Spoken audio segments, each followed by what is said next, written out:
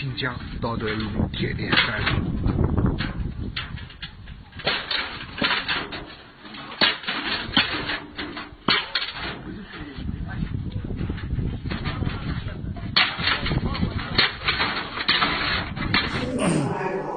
我们是在新疆，这里的每一把刀都跟我们人的身份证一样，还有个二维码。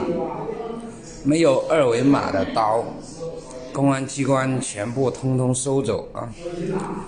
这个刀呢，还要固定一根钢丝绳，然后这个都是套在一个固定的地方的啊。而且每家每户啊，不管你是什么刀，包括剪刀，你到市场上是买不到的，只有在指定的地方买。这是公安机关亲自来套的。新疆的两批战地嘛都是啥白刀，这不啥家伙，这刀都是铁锁栓的，他妈呀！